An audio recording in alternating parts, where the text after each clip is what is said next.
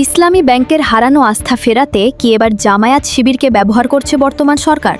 আর ব্যাংকের উপর মানুষের আস্থা পুরোপুরি ফিরে এলেই কি সুযোগ বুঝে ব্যাংকটিকে জামায়াত মুক্ত করার কোনো গোপন মাস্টার প্ল্যান চলছে? সাম্প্রতিক কিছু ঘটনা প্রবাহ এবং পর্দার আড়ালের খবর অন্তত সেই গভীর ষড়যন্ত্রের দিকেই ইঙ্গিত দিচ্ছে। গত কয়েকদিনে ইসলামী ব্যাংকের বিতর্কিত বোর্ড ভেঙে দিয়ে চেয়ারম্যানকে সরিয়ে দেওয়া হয়েছে। এতে জামায়াতপন্থী এবং সচেতন গ্রাহকরা বেশ স্বস্তি প্রকাশ করেছেন। বাংলাদেশ ব্যাংকের পক্ষ থেকেও বেশ নমনীয় কথাবার্তা বলা হচ্ছে। বর্তমান ভারপ্রাপ্ত এমডিও জামায়াতপন্থী গ্রাহকদের পক্ষে কথা বলছেন। এমনকি ব্যাংকের তারুণ্য সংকট কাটাতে এক নজিরবিহীন পদক্ষেপে ৬,৫০০ কোটি টাকা ঋণও দিয়েছে বাংলাদেশ ব্যাংক।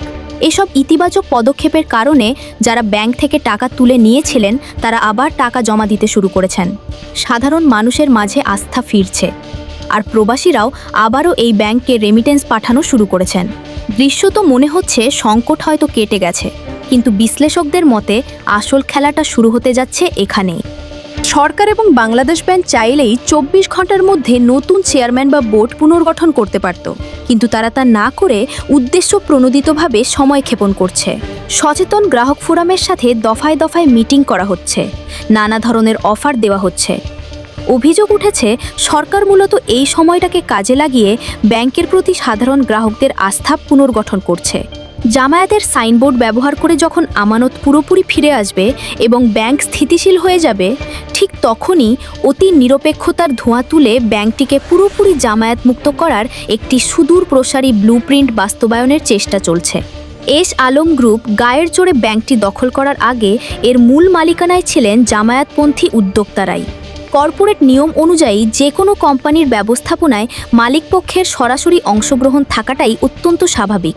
অন্যান্য বেসরকারি ব্যাংকের পরিচালনা পর্ষদ যেভাবে নির্ধারিত হয়, ইসলামী ব্যাংকের ক্ষেত্রেও একই নিয়ম প্রযোজ্য হওয়া উচিত।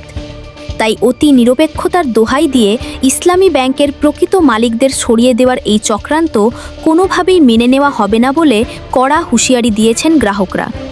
সচেতন গ্রাহক ফোরামও এই দূরভিসন্ধি সম্পর্কে পুরোপুরি সজাগ রয়েছে। তারা মতিঝিলে নিয়মিত অবস্থান নিচ্ছেন এবং বাংলাদেশ ব্যাংকের গভর্নরের কাছে নিজেদের উদ্বেগের কথা সুস্পষ্টভাবে জানিয়ে এসেছেন। তারা স্পষ্ট জানিয়ে দিয়েছেন যে জেনতেন কাউকে আগের মতো ব্যাংকের শীর্ষ পদে বসিয়ে দিলে তারা চুপ করে বসে থাকবেন না। তাদের দাবি, নিরপেক্ষতার নামে প্রকৃত মালিকদের বাদ দেওয়া চলবে না।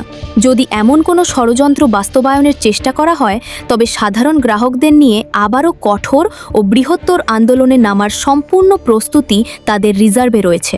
ইসলামী ব্যাংকের এই চলমান সংকট এবং ভবিষ্যৎ নেতৃত্ব নিয়ে আপনাদের কী মতামত? আপনাদের মূল্যবান চিন্তাগুলো অবশ্যই কমেন্ট বক্সে জানাবেন। নিয়মিত এমন বিশ্লেষণমূলক খবরের আপডেট পেতে ভিডিওটিতে লাইক, কমেন্ট ও শেয়ার করে আমাদের সাথেই থাকুন।